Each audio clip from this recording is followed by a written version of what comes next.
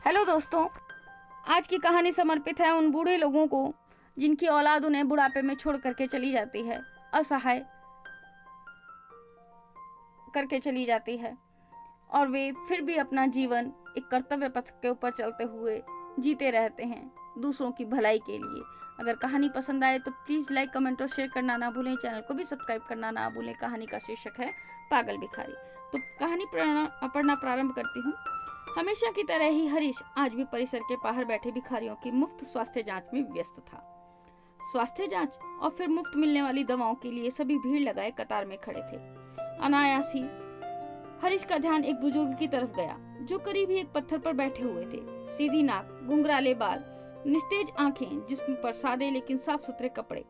कुछ देर बाद उन्हें देखने के बाद हरीश को यकीन हो गया कि वो भिखारी नहीं है। उनका दायां पैर टखने के पास से कटा हुआ था और करीब ही उनकी बैसाखी रखी थी। फिर हरीश ने देखा कि आते जाते लोग उन्हें कुछ दे रहे थे और वे लेकर रख लेते थे। हरीश ने सोचा कि उसका अंदाजा ही गलत था, वो बुजुर्ग भिखारी ही हैं। उत्सुकता पूर्वक हरीश उनकी तरफ बढ़ा तो कुछ लोगों ने उसे आवाज लगाई, उसके करीब न जाएं डॉक्टर साहब, वो बूढ़ा तो पागल है। लेकिन हरीश उन आवाजों को नजरअंदाज करता हुआ उनके पास गया। सोचा जैसे कि दूसरों के सामने वे हाथ फैला रहे थे, उसके सामने भी हाथ करेंगे, लेकिन उसका अंदाजा फिर चूक गया। उन्होंने उसके सामने हाथ नहीं फैलाया। हरीश उनसे बोला, बाबा आपको कोई शारीरिक परेशानी है क्या?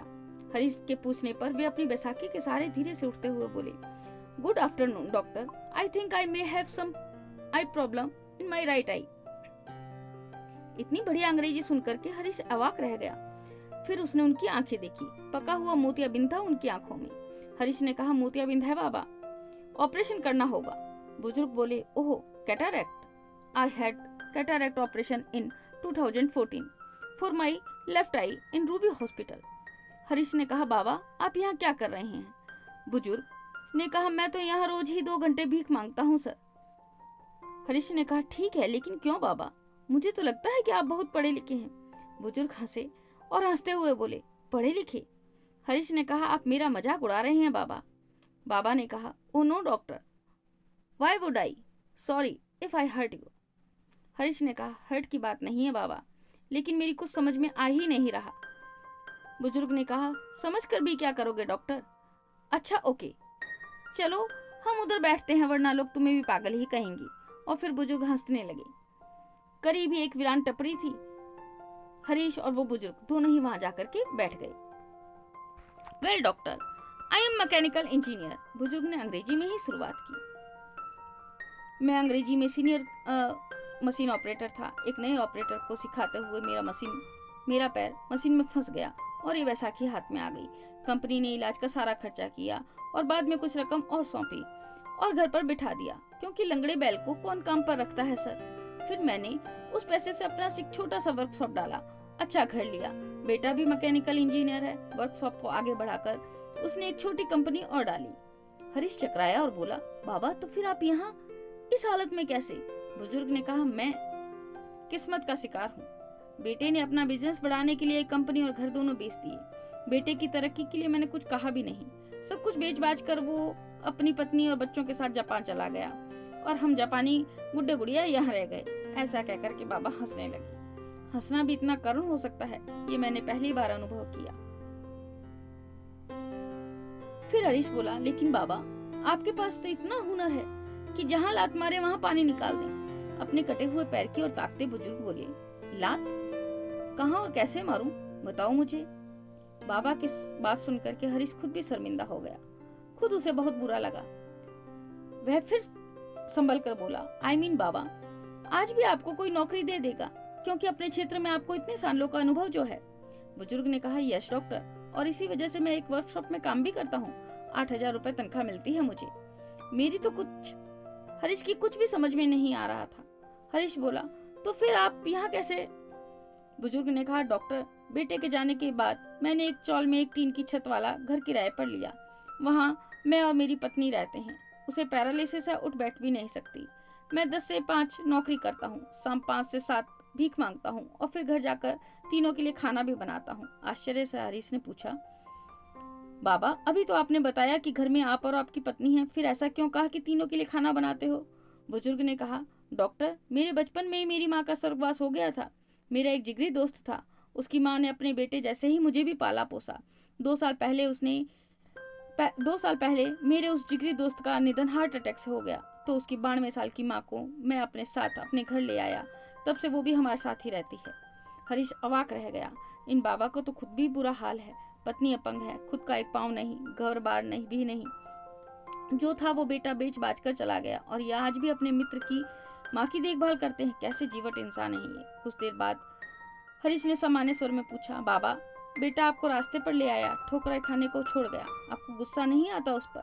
बुजुर्ग बोले, नो नो डॉक्टर, अरे वो सब तो उसी के लिए कमाया था, जो उसी का था उसने ले लिया, इसमें उसकी गलती कहाँ है? लेकिन बाबा, हरीश बोला, लेने का ये कौन सा तरीका हुआ भला? सब कुछ ले लिया, ये तो लूट हुई। अब आपके यहाँ भीख मांगने का कारण भी मेरी समझ में आ गया है बाबा।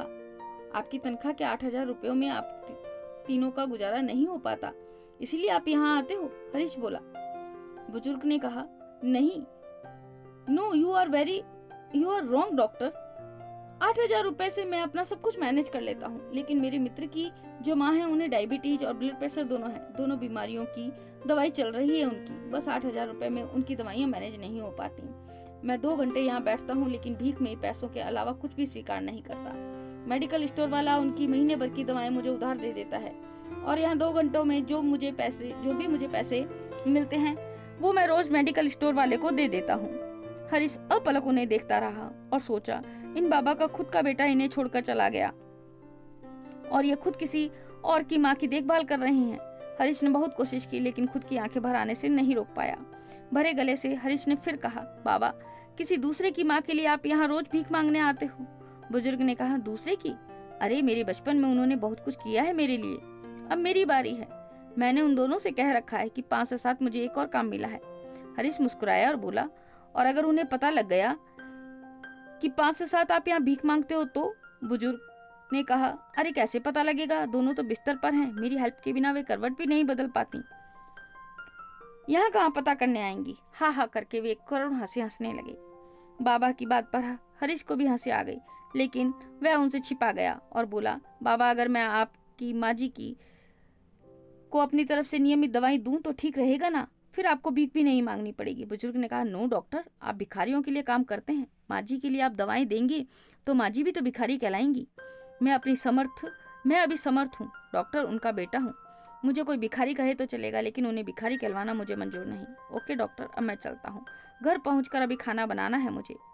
हरीश ने निवेदन स्वरूप बाबा का हाथ अपने हाथ में लिया और बोला, बाबा, भिखारियों का डॉक्टर समझकर नहीं बल्कि अपना बेटा समझकर मेरे दादी के लिए दवाएं स्वीकार कर लीजिए। अपना हाथ छुड़ाकर बाबा बोले, डॉक्टर, अब इस रिश्ते से मुझे मत बांधो प्लीज, एक गया है हमें छोड़कर। आज मुझे स्वप्न दिखाकर कल तुम भी मुझे छोड़ गए तो अब सहन करने की ताकत नहीं है मुझ में। ऐसा कहकर बाबा ने अपनी बैसाखी संभाली और जाने लगे, और जाते हुए अपना एक हाथ मेरे सर पर हरीश के सर पर रखा और भरभराई ममतामयी आवाज में बोले, अपना ध्यान रखना मेरे बच्चे। शब्दों से तो उन्होंने हरीश द्वारा पेश किए गए रिश्ते को ठुकरा दिया था, लेकिन उसके सिर पर रखे उनके हाथ के गर्म स्पर्श ने हरीश को बता दिया कि मन से उन्होंने इस रिश्ते को स्वीकार किया था।